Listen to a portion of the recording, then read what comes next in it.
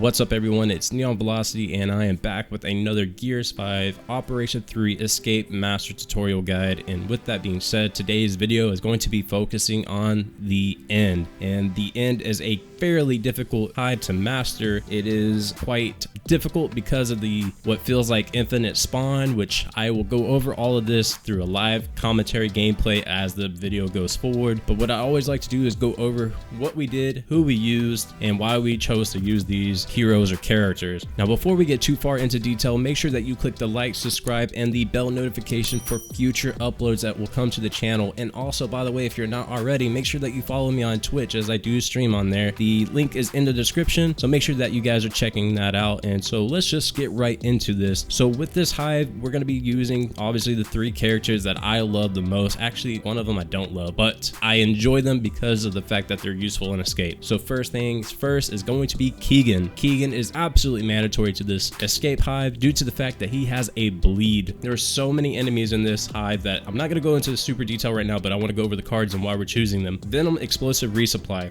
You're going to be playing in the Venom quite often. Make sure that you have this card because they're the explosives. There will be salvos. Those are super critical. And there's also boom shots or drop shots and torque bows. So make sure that you have these explosives if you can on you. However, I chose, well, I actually didn't play Keegan in this particular video, but you can use the boom shot, drop shot, or the salvo, which is definitely recommended. The other card is Venom Boost. Kills in the Venom reduce your resupply cooldown by a couple of seconds depending on what your level is. Absolutely required because it goes in tandem with the Venom Explosive Resupply. The third card, which is kind of a throwaway card, you could swap this out for anything, but because there are frags, I felt like it's a nice pick to have, is Grenade Pouch due to its bleeding. So make sure that you have this card on because it does allow you to carry up to 5 cards with its max level. The fourth card would be Shredder. Once again, of course, with Keegan, it doesn't make sense not to have this card, but making sure that all your explosives cause bleeding damage because it is a bleeding. It will kill them quickly, especially as it's a higher level card. And then your fifth card is your resupply duration, and the reason for resupply duration is because of the fact that in this hive you have shorter ultimates. So that is how you're going to be playing Keegan. It's typical Keegan gameplay, so nothing too crazy there. The second character that we're using and that I actually played is Emile. And as you guys know, I know that a lot of you don't like the Halo characters, but Emile does have a good place in escape, and because of his bleed and his knife and stem, not stem grenade, sorry, but his stem. So with that being said, making sure that you have big knife on to have that big damage increase. The Halo card on, if you have your Emile leveled up, it would be really beneficial to have this because you do regenerate stem after you're undamaged for a certain amount of time. Another throwaway card for me was the Epic Score Boost. I went ahead and applied this just due to the fact that I'm not going to be using the Nasher. I might get close range kills, but I'm not going to really care about my drop shield because it's a shorter ultimate anyways. So that's why I went ahead with the Epic Score Boost. The Bloody Blade, the melees on top of your massive damage increase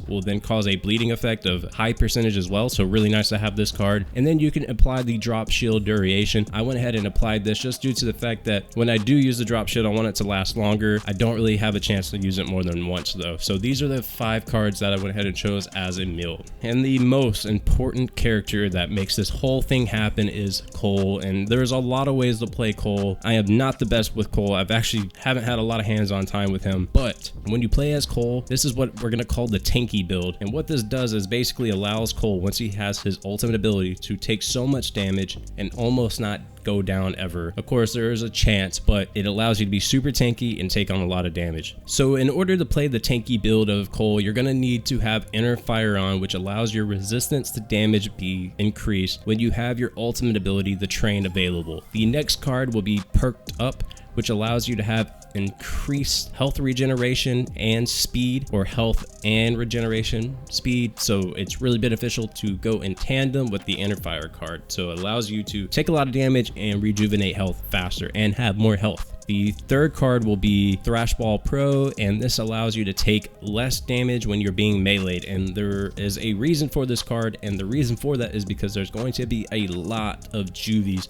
that will be coming at you at some point, and it almost feels like an unlimited infinite wave. So keep this in mind while you're running. This is a great card to have. And then of course, damage dash, again, more damage resistance, but this time while sprinting. So couple this with inner fire and the perk up and the Thrashball Pro, you're gonna be really tanky. And then the last card is Torch Tackle, and this tackle will burn and deal a certain amount of damage depending on the card level and burn the enemies. So when you have all these cards in tandem, you're gonna be doing a little bit of damage, and your goal is to run and run and run and absorb damage and be the tank of this whole crew. So with that being said, these are the particular ways to play these characters. However, you can play them however you want, but this is how I felt like this is the best way to master this hive.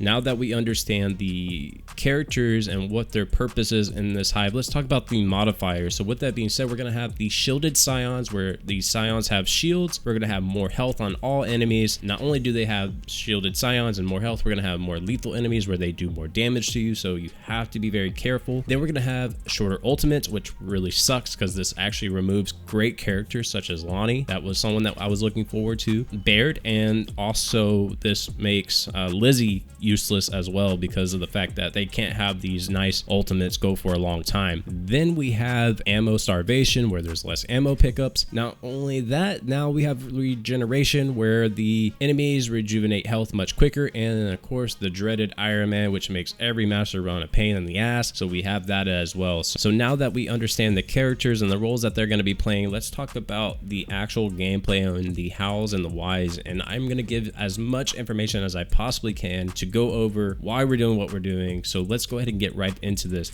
So the first few parts here is to realize that your Cole and your Emile don't really need to be using their weapons. You're going to be able to have Keegan go ahead and pick up all the ammo, but it's nice if everybody picks it up. So with that also said, there's going to be a door that I'm playing as Emile, and I'm going to go ahead and press that button. There's also a Venom fan on the far right. You want to go ahead and click this because this part you have to wait out. We're going to wait until Cole can get his ultimate, the train, available as best as we possibly can without dying. Now with this being said, you're going to have Grenadiers, and you're going to have drop shot scions, which is what you're seeing right here. And there's also going to be the time where you're going to see stumps where they're going to have their mulchers and just rain pain on you. So keep that in mind, that there are two alternatives to how this hive works. And not only does it affect you here, it affects you towards the end. So there is the chainsaw, and what I like to do is have Keegan mark the enemies, and that way Cole can go ahead and just chainsaw people as they get closer.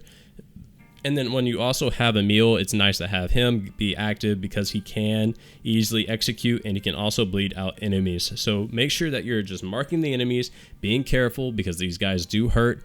You can execute them with your triple melee, or as Emile, bleed them out and then execute them as well. So just keep that in mind. If it is the drop shot scions, there's going to be mulchers towards the end of the map, and that's actually the hardest way to beat this map, which is what you're seeing is actually the hardest, where you have the drop shot scions, because there's actually going to be mulchers. It's better if you have salvos, which are from the sorry, I'm losing my train of thought. It's actually better if you have salvos at the end of the map instead of the drop shot scions, because of the fact that you will have the stumps at the beginning, which are much easier to avoid if you can get past them. Now with this also going on, because of this, we have a massive amount of juvies. You want to be very careful and patient here. Make sure that you're doing that. If you have the stump spawn, then these will actually end up being pouncers. So we're just going to go ahead and take our time. I'm meleeing every single individual with my bleeding melee attack with Emile, and then we're going to go back into the room that we started with. And the reason for this is because there's going to be more explosives in that room. Prior, there's going to be that salvo that we picked up. Now that we're over here, we're going to have this Mulcher Scion, as I talked about, with that shield, because Scions have shields due to the modifiers. And there's going to be all kinds of grenades and ammo in the other room. I'm not really caring about that. All I care about is just make sure that we get these enemies done. This was not our best attempt, to be quite honest with you. It's quite an ugly way of completing this, but it did eventually work. So we have the Sire and we have the Scion bleeding out from Keegan's bleeding shredder card. We actually have two people go down. I'm pretty sure that this was going to be the end of it, but Cole was able to go ahead and get the revives because the Scion died due to the bleeding of Keegan. And that handled that business, so we wanted to make sure that he died there.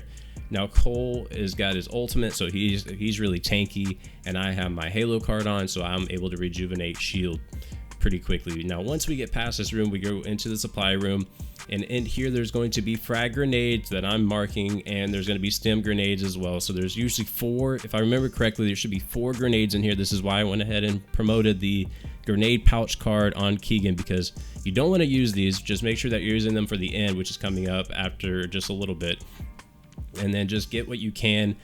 I, as Emile, went ahead and picked up the torque bow as a backup weapon in case we needed it, because you will go through your boom shot or drop shot very quickly. And then we also went ahead and picked up the grenade launcher, the Lancer grenade launcher, due to the fact that the shields in this hive are fairly annoying, so it's nice to have the grenade launcher to be able to rain pain from a far distance. So that's how you handle that.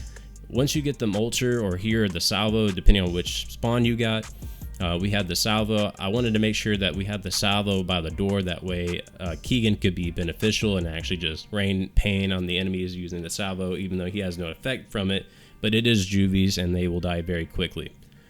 With this also being said, we went ahead and had Cole just go ahead and melee stun lock the Scion, and he pretty much handled that with no problem. So once you get to the door here, Keegan should have his ultimate, and we go ahead and do the resupply. That way we can get the drop shot and his grenade launcher, and most importantly the salvo, all the way up to full capacity.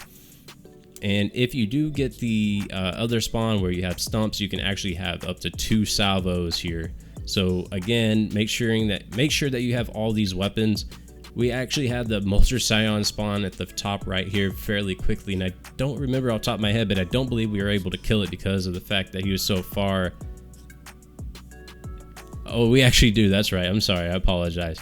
The reason for this is because if he spawns up there and you're able to start oh my gosh, if you're able to start shooting him fairly quickly, you can get him dead, because there's going to be quite a few more Scions ahead. I think there's a total of 4 or 5, and with that going on, you want to make sure that you eliminate them as quick as possible.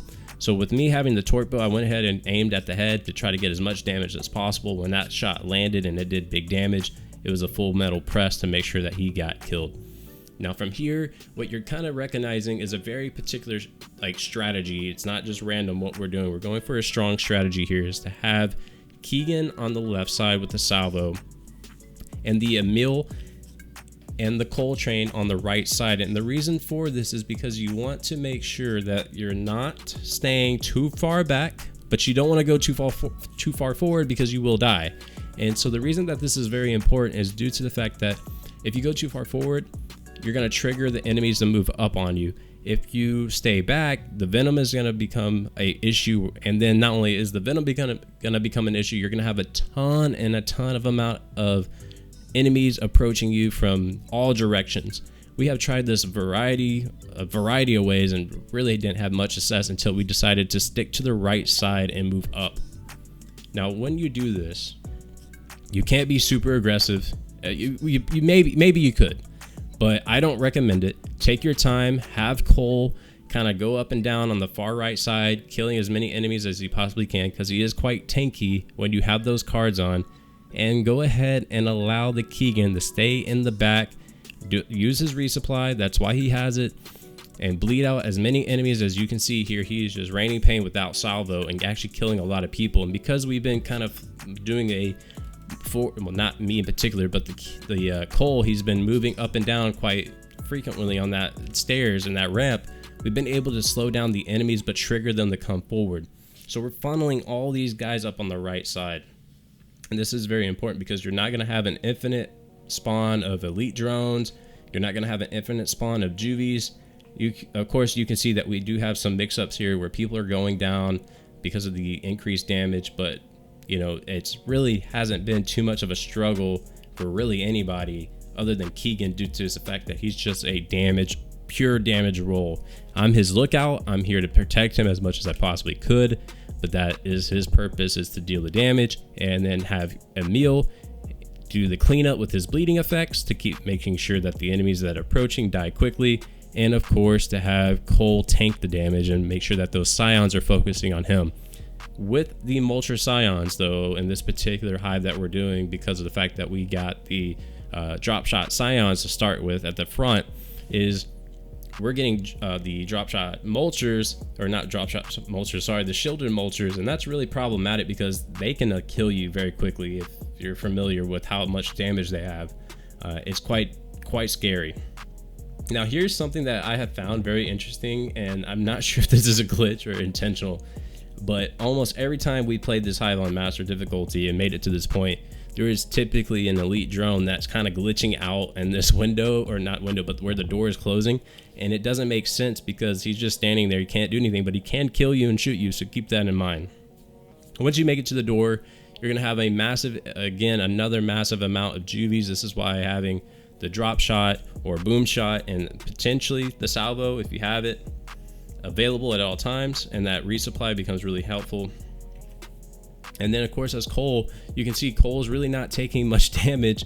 He's just kind of running through them as best as he possibly can because he has a high melee resistance, as we mentioned in the card setup from earlier. And with that being said, this is exactly how you master the hive. And so I hope that this helps you guys. I know that this was quite a long video, but I wanted to make sure that I was as thorough as I possibly could and give you the live commentary and some tips and tricks. And if there's anything that I may have missed, just let me know in the comments section. If you've already mastered this hive, tell me how difficult it was. But if it wasn't and you haven't mastered it yet, go ahead and give it a try and let me know what you think. Most importantly, thank you all for watching. If you're new to the channel, make sure that you hit the like, subscribe, and bell notification to get those video uploads, alerts when they go live on your phone or on your desktop. And thanks for hanging out. Peace.